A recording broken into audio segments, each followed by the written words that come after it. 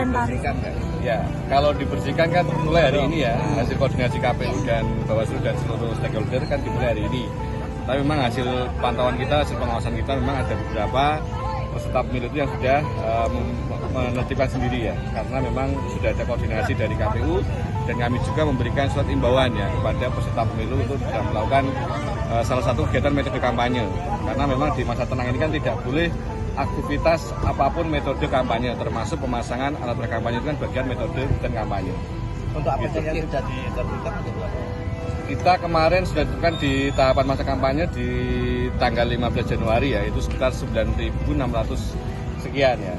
Itu jumlahnya itu sudah kita tertibkan di masa-masa kampanye ketika itu memang melanggar sesuai regulasi yang ada. Kalau untuk hari ini sudah diinventaris, perkiraan yang akan ditertibkan. Karena ini kan semuanya, karena ini kan yang tidak melanggar pun dibersihkan ya, jadi kita tidak melakukan inventarisasi itu.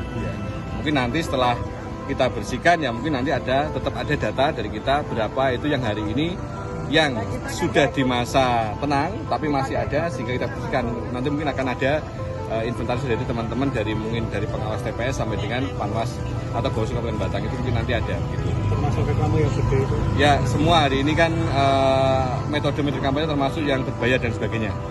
Semua yang dipasang mungkin di rumah pribadi ya, kecuali di kantor ya, kecuali di kantor sekretariat partai politik tingkat kabupaten dan kecamatan itu semua kita bersihkan, termasuk di di kantor tim pemenangan ya, karena itu kan bukan kantor partai politik atau peserta pemilu ya kita bersihkan. Himbuan untuk masyarakat di masa tenang sekarang ada segmen komunikasi ke masyarakat masih kampanye ya. Kampanye di medsos itu kan salah satu metode ya. Jadi kan metode kampanye dengan menggunakan medsos itu kan salah satu metode kampanye. Jadi harapan kami karena hari ini memang sudah tidak ada kegiatan metode kampanye apapun lainnya itu, sehingga ya medsos pun tidak digunakan. Karena memang hari ini kan kita memberikan masyarakat khususnya masa tenang ini kan mereka untuk menenangkan diri, untuk memikirkan pilihan yang akan dipilih oleh masyarakat. Kita mari bersama-sama terutama di peserta pemilu kita biarkan masyarakat kita untuk memilih sesuai dengan hati nurani mereka. Ini kenapa KPU melakukan pembersihan PKI? Ya, yang pertama di keputusan KPU RI nomor 1621 tahun 2023 tentang pedoman teknis kampanye pemilihan umum 2024, kita ada perintah atau instruksi di situ bahwa KPU segera berkoordinasi menjelang masa tenang itu segera berkoordinasi dengan peserta pemilu, yang kedua Bawaslu dan pemerintah daerah setempat. Kebetulan kita sudah laksanakan koordinasi itu, rapat koordinasi itu yang kemudian menyepakati bahwa kita akan bersama-sama dalam satu tim menjadi tim gabungan dengan Bawaslu dan juga Satpol PP yang adalah dari Pemda itu untuk membersihkan pada tanggal 11 tanggal 11 Februari ini yang mulai masuk masa tenang. Sebelumnya juga sudah disepakati dengan Parpol bahwa Parpol juga akan membersihkan sejak dimulainya masa tenang ini juga karena ini adalah kewajibannya Parpol sebenarnya, sehingga Parpol juga sudah menyepakati untuk membersihkan APK yang mereka pasang.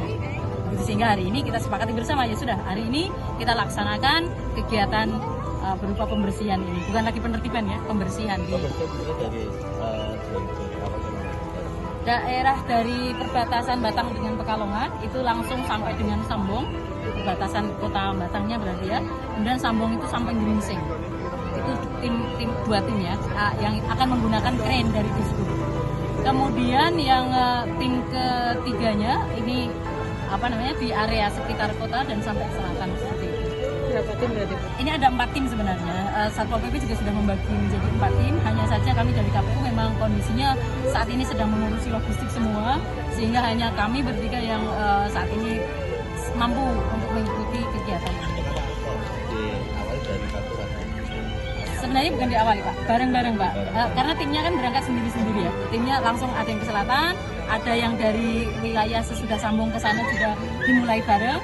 Ini bersama-sama, jadi hanya saja memang nyisirnya, kita nyisirnya mulai dari perbatasan, karena memang kita punya wilayah Batang kan mulai dari perbatasan dengan Pekalongan itu hingga nanti perbatasan di Gringsing kan sebagai kecamatan terakhir, dan ke sana kelihatannya hanya sampai kota kabupatennya saja, karena untuk sampai ke kecamatan yang lain itu sudah disiagakan seluruh badan ad hoc kami, seluruh personel dari badan ad hoc kami yang juga sama membentuk tim gabungan di tingkat kecamatan hingga tingkat TPS.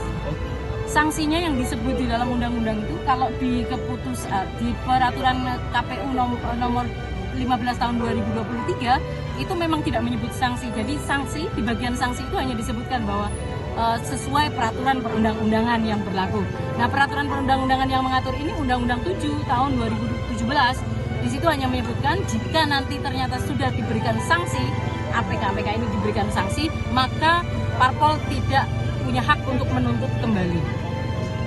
Termasuk reklame yang besar itu. Ya, saya dengar tadi kabarnya, informasinya sudah sebagian besar yang reklame berbayar itu nampaknya sudah diangkat, sehingga mungkin ini akan sedikit membantu memudahkan. Nah, tapi yang di belakang-belakang sana yang berbayar juga masih ada, Pak.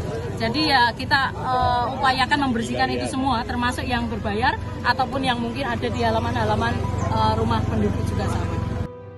Jangan lupa follow, like, dan subscribe sosial media Tribun Jateng. Download Tribun X sekarang, menghadirkan lokal menjadi Indonesia.